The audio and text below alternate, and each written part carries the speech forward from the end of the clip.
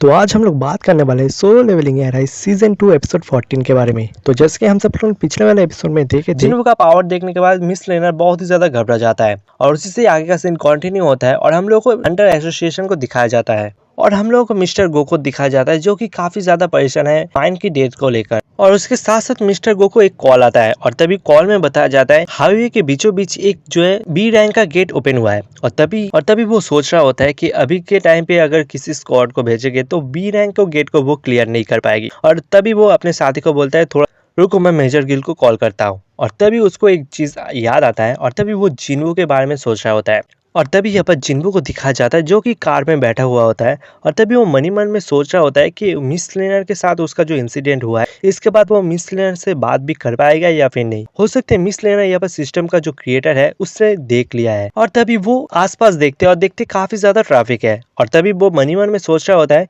इसलिए मैं जो है सबवे प्रेफर करता हूँ। और तभी उसके साथ साथ मिस्टर जिन्वू को एक कॉल आता है और हम लोग देखते हैं मिस्टर गो ने उस कॉल को किया है और तभी यहाँ पर जिन्वू रिसीव करते हुए कहता है मिस्टर गो बताए मैं आपका किस प्रकार सहायता कर सकता हूँ। और तभी मिस्टर गो उससे कहता है हाईवे के बीचों बीच एक बी रैंक का गेट क्रिएट हुआ है तो क्या तुम मेरे लिए उस गेट को क्लियर कर पाओगे। और तभी जिन्वू कहता है ये सब तो मैं कर लूंगा, कोई भी दिक्कत नहीं होगा, लेकिन बिना एंटी परमेंट के जाना ये ठीक रहेगा। और तभी मिस्टर गो कहता है वैसे तुम मुझे ये बताओ वो जो एंटी परमेंट का इंचार्ज होता है वो कौन है। और जिन्वू भी कह देता है हंटर एसोसिएशन। और तभी मिस्टर गो कहता है तो तुम अब किससे बात कर रहे हो। और तभी यहाँ पर जिन्वू समझ जाता है और यहाँ पर जो स्माइल करता है और तभी हम लोग को बी रैंक का गेट को दिखाया जाता है जिसमें यहाँ पर जिन्वू जाने की कोशिश करता है, लेकिन तभी उसमें से एक एसोसिएशन आके उसको रोकता है अंदर जाने से। और उसके साथ साथ वो कहता है कि तुम एसरेंक हंटर संग जिन्वू हो तो इसका मतलब ये नहीं कि तुम बिना एंटी परमिट के अंदर जा सकते हो, तो सबसे पहले तुम अपना एंटी परमिट दिखाओ मुझे। और तभी यहाँ पर जिन्वू के पास कोई भी ऑप्शन नहीं रहता और वो तुरंत मिस्टर गो को कॉल कर देता है। और तभी वो बंदी कहता है आप किसको कॉल कर रहे हो। और तभी वो कॉल करके यहाँ पर उस एसोसिएशन से बात करवा देता है और तभी वो एसोसिएशन वाली लड़की यहाँ पर थोड़ा सा चुप हो जाता है और तभी बोलते हैं मुझे माफ कर देना, तुम अंदर जा सकते हो। और तभी यहाँ पर जिन्वू अंदर विजिट कर देता है, लेकिन जैसे ही जिन्वू अंदर की तरफ विजिट करता है तभी यहाँ पर दिखा जाता है रेड गेट में वो गेट कन्वर्ट हो चुका है। बाहर का जितने भी यहाँ पर पर्सन है वो सारे इस चीज से काफी ज्यादा चौंक जाता है। और तभी जिन्वू को दिखाया जाता है जो कि यहाँ पर आसपास देखते हुए कहता है लगता है मैं रेड गेट के अंदर यहाँ पर विजिट किया हूँ और इसका जो एंट्रेंस है वो भी बंद हो चुका है, इसका मतलब है मुझे और भी पुश करना होगा खुद को। और तभी वो अपने मम्मी का याद करता है जहाँ पे उसका मॉम उसको कहता है और तभी जिन्वू का मदर जिन्वू से कहता है तुम हंटर हो, इससे मुझे कोई भी आर्ग्यू नहीं है, लेकिन तुम हमेशा खुद को ज्यादा पुश मत करना। और इस चीज से जिन्वू भी काफी ज्यादा खुश होता है क्योंकि उसका मदर यहाँ पर उसका हंटर बनने से कोई भी ऐतराज नहीं है। और तभी जिन्वू अपने शैडो सोल्जर्स को यहाँ पर एराइज कर लेता है और उसके बाद वहाँ पर जितने भी बीस्ट थे उसके साथ यहाँ पर जिन्वू का शैडो आर्मी फाइट कर रहा होता है और यहाँ पर जिन्वू का शैडो आर्मी जीत रहा होता है। और तभी यहाँ पर नैरेटर के थ्रू हम लोगों को बताया जाता है ये जो पृथ्वी में जितने भी हंटर्स हैं वो सारे को यहाँ पर मैजिक विश से फाइट करने के लिए सिर्फ और सिर्फ जन्मा नहीं है, उन लोगों को काम सिर्फ मैजिक विश से फाइट करना नहीं है, उसके साथ साथ खुद को भी रक्षा करना है। इसलिए जो अपर लेवल हंटर्स होते हैं उसको अपना गार्ड डाउन कभी भी नहीं करना चाहिए। और इसके साथ साथ हम लोग को दिखाया जाता है अभी जो फाइट होने वाला है जिन्वू के साथ वो नेशनल लेवल हंटर्स के साथ होने वाला है। और तभी हम लोग को एक हंटर्स को दिखाया जाता है जो कि काफी ज्यादा डरा हुआ है और तभी हम लोग को दिखाया जाता है उसके सामने आइस मोनार्क आ चुका है। और तभी वो मोनार्क कहता है जिसको मैं ढूंढ रहा था उसको मुझे यहाँ पर भी नहीं मिला, the fragment of brilliant light. और तभी आइस मोनार्क को एवर फील होता है उसके पीछे कोई आया है, तभी वो उसको देखते हुए कहता है तुम यहाँ पर क्यों आए हो योगोमन। और तभी योगोमन कहता है मैं तुमको कुछ इन्फॉर्मेशन देने के लिए यहाँ पर आया हूँ लैंड ऑफ बीस्ट के बारे में। दरअसल वो साउथ कोरिया के बारे में बात कर रहा होता है। और तभी आइस मोनार्क कहता है इसका मतलब तुम साउथ कोरिया के बारे में बात कर रहा हो जहाँ पर शैडो और मोनार्क है और मैं जहाँ तक जानता हूँ तुम उस जगह का इंचार्ज थे, है ना। और तभी योगोमन कहता है एक्चुअली में जो रूलर्स है हम लोगों के खिलाफ कुछ यहाँ पर रूल यहाँ पर वो बना रहा है, तो एक्चुअली में क्या प्लान है वो हम लोगों को अभी तक नहीं पता चला। आइस मोनार्क उससे कहता है शैडो ऑफ मोनार्क के बारे में। और तभी यहाँ पर योगोमन कहता है जब तक आर्किटेक्ट हम लोगों के कॉन्ट्रैक्ट के साथ है तब तक हम लोगों को कोई भी दिक्कत नहीं होने वाला। और उसके साथ साथ योगोमन ये भी कहता है मेरे पास और भी एक इंटरेस्टिंग न्यूज है तुम्हारे लिए, जो greatest fragment of brilliant light है वो अभी साउथ कोरिया में ही है।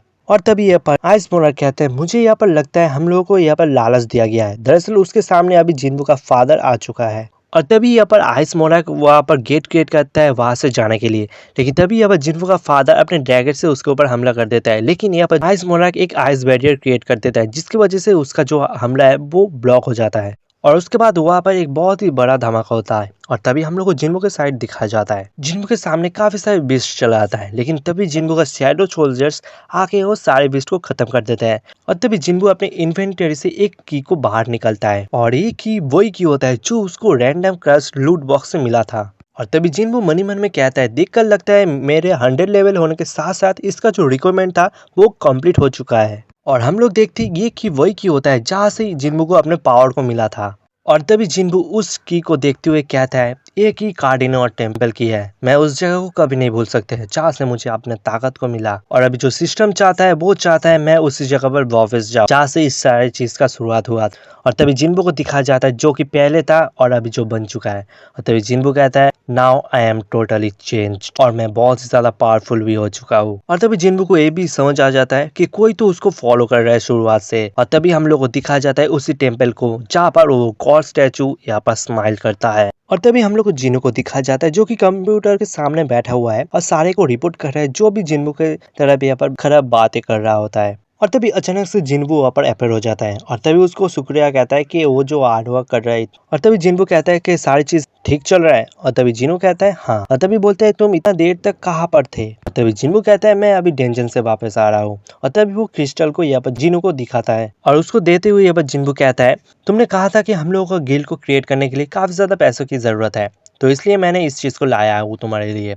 और तभी इस चीज को देखने के बाद जिन्बू काफी ज्यादा हैरान हो जाता है, काफी ज्यादा खुश हो जाता है। उसके साथ साथ जिन्बू को वो कहता है, तो ये काफी पैसा आपने लाया है हम लोग को एम्प्लॉय को देने के लिए। तभी जिन्बू कहते हैं, एम्प्लॉय? और तभी यहाँ पर जिन्नू कहता है, हाँ क्या आपको याद नहीं है, हम लोग को एक और मेंबर की जरूरत है गिल्ड को क्रिएट करने के लिए। और तभी जिन्नू कहता है, मुझे सभी याद है, तुमने कहा था हम लोग को गिल्ड को क्रिएट करने के लिए 3 बंदे की जरूरत है और मुझे लगता है हम लोग को एक ऐसा पर्सन की चाहिए जो यहाँ पर टेम्पोररी काम ना करते हुए पूरा काम करे, मतलब जब तक हम लोग गिल्ड को चलाने वाला है तब तक वो काम करे। और तभी वो कहता है, ये सब तो चलता रहेगा लेकिन इससे भी एक इम्पोर्टेंट बात आप भूल रहे हो। तभी जिन्नू कहता है, क्या? और तभी वो कहता है, हम लोगों को गिल्ड को एक नाम देना चाहिए। और तभी जिन्नू कहता है, मुझे लगा तुम कुछ इंपॉर्टेंट बात करने वाले हो। और तभी जिन्नू चिल्लाते हुए कहता है, ये सबसे इंपॉर्टेंट वाली बात है। और उसका जिन्नू काफी सारे नाम को यहाँ पर सजेस्ट करता है, लेकिन यहाँ पर जिन्नू उस सारे नाम को यहाँ पर रिजेक्ट करते हैं और वो एक नाम को देता है उसके सामने जिसका नाम है सोलो प्लेयर गिल्ड। और इस चीज से जिन्नू काफी ज्यादा हैरान हो जाता है। और तभी जिन्नू अपने मनी मन में कहता है, मुझे लगा है ये कोई साधारण इंसान नहीं है, लेकिन ये भी तो अपने तारीफ खुद कर रहा है, तो ये भी एक इंसान ही होगा शायद। और उसके साथ साथ जिन्नू का दरवाजा यहाँ पर नॉक होता है और हम लोग ये देखते हैं, जिन्नू कहता है, आप कौन हो, किसको चाहिए? और तभी हम लोग को चाइन को दिखाया जाता है और तभी जिन्नू चाइन को देखकर थोड़ा सा हैरान हो जाता है और कहता है, तुम यहाँ पर क्यों आए हो? और तभी जिन्नू को वो कहता है, मैं तुम्हारा गिल्ड को ज्वाइन करना चाहता हूँ। और तभी जिन्नू एंड चाइन आमने सामने बैठा हुआ होता है और यहाँ पर जिन्नू दोबारा से उससे पूछता है, मैं तुमको दोबारा से पूछ रहा हूँ, तुम मेरे गिल्ड को क्यों ज्वाइन करना चाहते हो? और तभी चाइन कहता है, क्या तुमने सुना नहीं, मैंने कहा तुम्हारे गिल्ड को मैं ज्वाइन करना चाहता हूँ। और तभी जिन्नू कहता है, क्या इस सब करने के लिए तुमको मिस्टर गो ने कहा है? और तभी चाइन कहता है, वो ऐसा क्यों कहेगा? तभी अब जिन्नू फिर से कहता है, मिस्टर जोई चोंग तुमको अपने गिल्ड से निकाल दिया है। और तभी चाइन कहता है, वो भी ऐसा क्यों करेगा? और उसके बाद जिन्नू कहता है, तो फिर क्यों तुम सोलो प्लेयर गिल्ड में ज्वाइन होना चाहते हो? और ये नाम सुनने के बाद तो चाइन भी काफी ज्यादा हैरान हो जाता है। और तभी जिन्नू कहता है, क्या तुमको इस नाम से कोई दिक्कत है? और तभी यहाँ पर जो है जिन्नू कहता है, क्या सर आपने इस नाम को अप्रूव कर दिया? और तभी जिन्नू कहता है, मुझे लगा तुमने कुछ नहीं कहा तो इसका मतलब तुम भी अप्रूव कर दियो इस नाम को। और तभी जिन्नू काफी सारे अपने जो रूल्स एंड रेगुलेशंस हैं वो सारे चाइन को बताता है अपने गिल्ड के रिलेटेड, लेकिन दिखाया जाता है चाइन को इस बात से कोई भी फर्क नहीं पड़ रहा होता है। और तभी यहाँ पर जिन्नू कहता है, तुम इस गिल्ड को ज्वाइन करोगे तो तुमको कुछ भी नहीं मिलने वाला है। और तभी चाइन अपने आँख को यहाँ पर बंद करता है और जिन्नू के साथ उसका जितने भी पल था, जितने भी मेमोरीज था, वो सारे को यहाँ पर वो याद करने लगता है। और हम देखते हैं उसके बाद वो अपने आँख को खोलता है और उसका गाल काफी ज्यादा लाल हो जाता है। और तभी वो कहता है, मैं आखिरी सांस तक तुम्हारे साथ देना चाहता हूँ। और उसके साथ साथ वो अपने हाथ को अपने फेस में रख देता है और इस चीज को देखने के बाद जिन्नू को कुछ भी समझ नहीं आ रहा होता है। और उसके साथ साथ वो सोच रहा होता है क्या कुछ है जो वो मुझे डायरेक्टली नहीं बता सकती, लेकिन जिन्नू ये समझ जाता है कि कुछ तो वो छुपा रहा होता है। और तभी जिन्नू कहता है, वो इस गिल्ड को तभी ज्वाइन कर पाएगी जब वो एक एंट्रेंस एग्जाम को पास करेगी। और इसके साथ साथ ये वाला एपिसोड यहाँ पर खत्म हो जाता है। तो होपफुली आज का ये एक्सप्लेनेशन वीडियो आप लोगों को अच्छा लगा होगा, तो वीडियो पसंद वीडियो के नीचे जाके कमेंट कर देना। तो आज के लिए इतना ही, तब तक के लिए सायोनारा।